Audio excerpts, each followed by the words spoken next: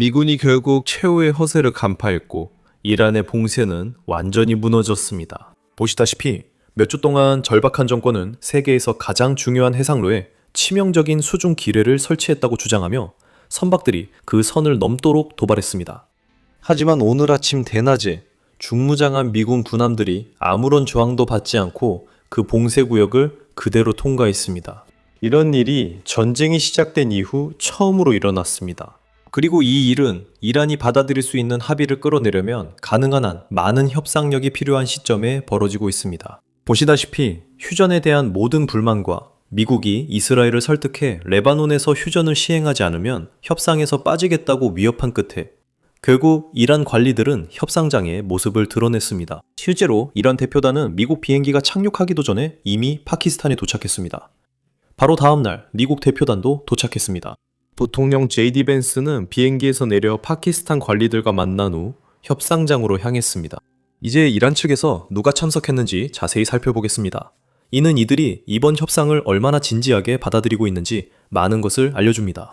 하지만 그 전에 미국 군함들에 대해 이야기해봅시다. 오늘 아침 미국 군함 2척이 호르무즈 해협을 통과해 페르시아만으로 들어갔다가 다시 나왔습니다. 전쟁이 시작된 이후 미국 선박, 정확히는 군함이 실제로 페르시아만에 진입한 것은 이번이 처음입니다. 이란 국영 언론 중 한 곳은 이런 일이 실제로 없었다고 주장합니다. 미국 군함들이 진입을 시도했으나 이란 해군의 위협에 방향을 돌렸다고 합니다. 하지만 다시 말해서 이 같은 언론 매체는 불과 지난 몇 주 동안 여러 번 거짓말을 한 것으로 적발된 바 있습니다. 게다가 이제 세 개의 다른 언론 매체들이 두 척의 미국 군함이 동쪽에서 서쪽으로 이동해 페르시아만에 진입했다가 다시 나왔다는 사실을 확인하고 있습니다. 그리고 이 모든 것에 더해 우리는 이 군함들의 위성 데이터, 위치 데이터도 확인할 수 있습니다. 그리고 실제로 그 이동이 이루어졌고 대낮에 일어났다는 것을 알 수 있습니다. 이 임무는 모두가 볼 수 있는 시간에 몇 시간 동안 진행되었습니다. 즉, 이란은 할 수 있었지만 하지 않았다는 뜻입니다. 미국 당국자들도 이번 이동이 이란 당국과 조율되지 않았다고 확인하고 있습니다. 즉, 군함들이 그냥 들어갔다가 다시 나왔다는 뜻입니다. 우리는 그들이 무엇을 했는지 정확히 모릅니다. 이번 행동은 휴전으로 미국이 해협에서 자유롭게 행동할 수 있다는 메시지일 수 있습니다. 혹은 군함들이 유조선을 페르시아만으로 호위해서 들어갔다가 다시 나온 것일 수도 있습니다. 아니면 기뢰를 제거하고 있었을 수도 있습니다. 정확히는 알 수 없지만 이란인들이 이전에 호르무즈 해협에 기뢰가 있다고 주장했다는 것은 알고 있습니다. 한번 들어보시죠. 이 내용은 이틀 전에 막 이 정보를 확인해준 이란 외무부 차관의 발언입니다. 즉, 이 인터뷰는 4월 9일에 진행된 것입니다. 호르무즈 해협은 열려 있습니다. 물론 전쟁 지역이기 때문에, 그리고 이란이 전쟁 중에 이란에 대한 공격 동안 여러 가지 조치를 취했기 때문에 기술적인 제한이 있습니다. 그래서 몇 가지 기술적인 제약이 있습니다. 그래서 모든 선박이 호르무즈 해협을 통과하고 싶다면 우리 군대와 그곳의 군사 연락 지점과 반드시 소통해야 합니다. 이 해협의 제한 때문에, 그리고 이 해협은 매우 좁은 해협입니다. 이곳은 우리 영해와 오만 영해에 걸쳐 있습니다. 우리 영해 안에 있습니다.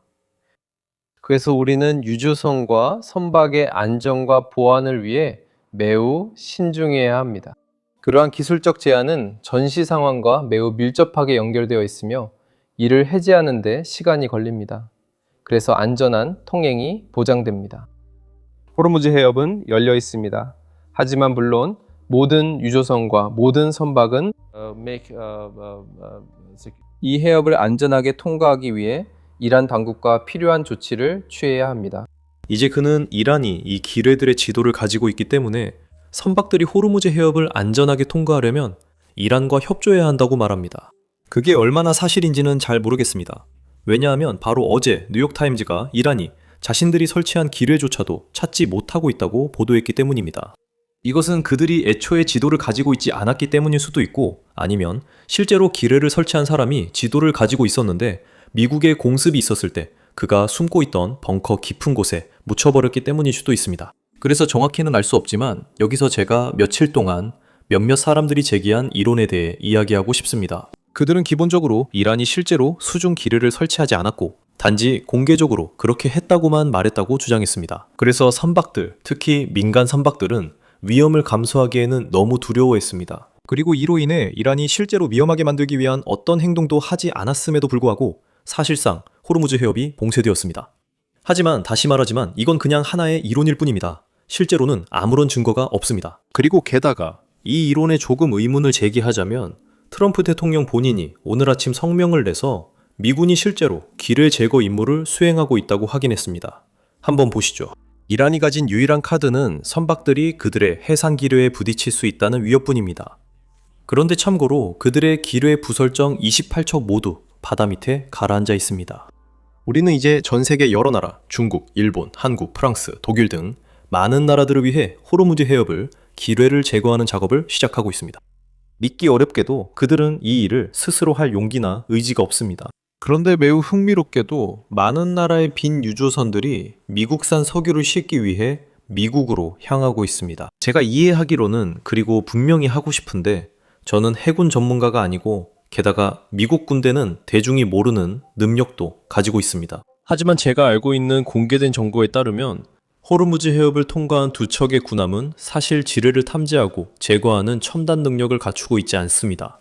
그래서 그 두 척의 군함이 지뢰를 제거하기 위해 거기에 있었던 건지, 아니면 다른 절차가 있거나 곧 시작되거나 진행 중인 다른 지뢰 제거 작업이 있는 건지 정확히는 잘 모르겠습니다. 하지만 두 척의 군함이 호르무즈 해협을 통과한 것은 큰일입니다. 특히 이 일이 대낮에 트랜스폰더를 켜고 모두가 볼 수 있게 이루어졌다는 점이 더욱 중요합니다. 이란이 원하지 않는 어떤 종류의 선박 통행이라도 호르무즈 해협이 열리게 된다면 이란은 약간의 영향력을 잃게 된다고 가정해야 합니다. 이란은 하루 15척 넘는 선박이 호르무즈 해협을 통과하는 것을 허용하지 않겠다고 공개적으로 밝혔습니다. 현재로서는 선박 통행량이 그 제한보다 훨씬 적거나 혹은 그 제한에 가까운 수준입니다. 하지만 만약 그 수치를 넘어서게 된다면 그것은 이란이 약간의 영향력을 잃고 있다는 의미가 됩니다. 이제 협상 얘기로 넘어가면 파키스탄에서 협상이 진행되는 동안 중국이 뭘 하고 있는지 아시겠습니까? 미국 정보당국에 따르면 중국은 앞으로 몇 주 안에 이란에 새로운 방공 시스템을 제공할 준비를 하고 있다고 합니다. 베이징이 이전하려고 준비 중인 시스템은 맨패스라 불리는 휴대용 대공미사일입니다. 이러한 맨패스는 전쟁 내내 저공 비행하는 미군 항공기에 비대칭적인 위협을 가했으며 휴전이 무너지면 다시 위협이 될 수 있습니다. 또한 불과 일주일 전에 있었던 구조작전 이후 기자회견에서 트럼프 대통령은 추락한 F-15가 휴대용 대공미사일, 즉 맨패스에 의해 격추되었다는 사실을 확인했습니다. 이는 맨패스가 사용되었다는 것을 의미합니다. 따라서 더 많은 맨패스가 들어오게 된다면 휴전이 무너질 경우 미 공군에게 상당한 문제가 될 것입니다. 하지만 다행히도 파키스탄에서 진행 중인 협상에서 긍정적인 소식도 있습니다. 이란 측에서 온 사람들의 명단을 한번 보시죠. 지금 정확한 숫자는 알 수 없지만 추정에 따르면 약 70명 정도가 이란 대표단으로 와서 협상을 벌인 것으로 보입니다. 그들은 경제 전문가, 외교 전문가, 그리고 안보 전문가들을 데려왔습니다. 사실상 모든 분야의 인물들이 다 모인 셈이죠. 어제 우리가 이야기했던 모하메드 바겔이라는 인물도 포함되어 있습니다. 이란 혁명수비대 IRGC가 자신들의 신념이나 입장을 대변할 인물로 협상에 포함시키려고 했던 바로 그 사람입니다. 그 사람도 포함되어 있습니다. 이 대표단의 규모와 구성은 우리에게 많은 것을 시사합니다. 이것은 기본적으로 이란이 이번 일을 진지하게 받아들이고 있다는 의미이며 아마도 그들이 받아들일 수 있는 협상 타결을 기대하고 있다는 뜻일 수도 있습니다. 어제 영상에서 일부분들은 기억하실지 모르겠지만 이란 대표단이 이란에서 파키스탄으로 출발하기 전에 대표단장이 기본적으로 이렇게 말했습니다. 정전협정의 두 가지 조건이 충족되지 않았다고요. 그리고 이는 이란이 협상에서 철수함을 의미했습니다. 그의 말에 따르면, 그리고 그의 성명에 따르면 이 조건들은 첫째, 레바논에서의 휴전이고 둘째는 이란의 동결 자산, 즉 제재로 묶인 이란 자금의 반환이었습니다. 그들은 그 돈을 돌려받길 원합니다. 자, 그럼 어떻게 됐을까요? 이 중 하나는 확실히 이행되지 않았다는 것을 우리는 알고 있습니다. 지금 이 순간에도 레바논에는 휴전이 없습니다. 이스라엘은 지난 24시간 동안 헤즈볼라 목표물을 200곳 이상 타격했습니다. 그리고 이뿐만 아니라 미국 관리들은 휴전을 위해 이란의 동결 자금을 풀기로 실제로 동의한 적이 없다고도 말하고 있습니다. 그리고 어떻게 됐는지 아세요? 그 자금은 전혀 풀리지 않았습니다. 즉 두 가지 조건이 사실상 충족되지 않았음에도 불구하고 이란인들은 여전히 파키스탄에 갔고 지금도 이란인들은 협상을 진행하고 있습니다. 실제로 제가 이 영상을 일요일 아침에 녹화하고 있는 지금 비공개로 협상이 이미 4시간 넘게 계속되고 있는 것으로 보입니다. JD 벤스 부통령이 이란 대표단과 협상하고 있고 양측의 전문가들도 서로 협상하고 있습니다. 이것만 봐도 이란이 절박하다는 것을 조금 알 수 있습니다. 그리고 어쩌면 제가 상황을 잘못 파악했을 수도 있습니다. 개인적인 의견이지만 이란은 두 조건이 충족되지 않으면 오지 않겠다고 공개적으로 밝혔습니다. 그리고 미국은 우리는 그 두 가지 조건에 정말로 동의한 적이 없다. 그래서 지금 당장 그 조건을 충족시킬 생각이 없다. 우리는 그 조건을 이행하지 않을 것이다. 라는 입장이었습니다. 그래서 공개적으로 오지 않겠다고 말했음에도 불구하고 이란은 여전히 협상에 참석했습니다. 그들은 큰 수행단, 기본적으로 협상을 위한 대규모 대표단을 데려왔고 아주 오랜 시간 동안 협상을 벌였습니다. 이것은 이란이 정말로 협상을 원한다는 것을 보여줍니다. 그리고 그뿐만 아니라 물론 이란이 그 성명을 발표했을 때 단순히 허세를 부린 것일 수도 있죠. 그렇지 않습니까? 아마도 그것은 협상된 적 없는 사안이었고 이란이 마지막 순간에 공개함으로써 미국이 자신들이 받을 자격이 있는 것보다 더 많이 줄지도 모른다는 희망을 가졌던 것일 수도 있습니다. 하지만 미국은 자기 입장을 굳게 지켰고 이란은 알겠다, 시도는 해봤다, 해볼 만한 가치는 있었지 라고 생각했을 겁니다. 그리고 어쨌든 다시 협상장으로 돌아왔죠. 헤즈볼라와 레바논 사람들은 이 상황에 불만족합니다. 이란이 공개적으로 말한 후 그들을 버린 것처럼 보이고 이제는 협상에 나섰기 때문입니다. 이스라엘과 헤즈볼라 전쟁이 계속되는 가운데 미국과 협상 중입니다. 이란도 이런 상황을 달가워하지 않을 것 같습니다. 이제 그들은 자신들의 대리 세력 중 하나와의 관계가 약해졌습니다. 그럼에도 불구하고 협상이 어떻게 진행되는지 지켜봅시다. 현재로서는 협상이 진행 중이지만 실제로 어떤 내용이 논의되고 있는지, 어떤 부분에 합의가 이루어졌는지, 그리고 어떤 부분에서 이견이 있는지에 대한 보고는 없습니다. 하지만 그런 보고가 들어오면 여러분을 위해 꼭 업데이트된 영상을 만들겠습니다. 그때까지 제 이름은 쌤입니다. 다음 영상에서 뵙겠습니다. 지금 이란이 왜 이런 행동을 하고 있는지 이해하려면 이란이 오늘날에 이르게 된 과정을 되돌아봐야 합니다. 이는 단순히 1979년 이슬람 혁명 시기로 돌아가는 것만을 뜻하지 않습니다. 사실 우리는 19세기의 카자르 왕조가 이란을 통치하던 시기까지 더 거슬러 올라가야 하며 그 당시 지배계층이 내렸던 결정들이 오늘날까지도 이란에 어떤 영향을 미치고 있는지 살펴봐야 합니다.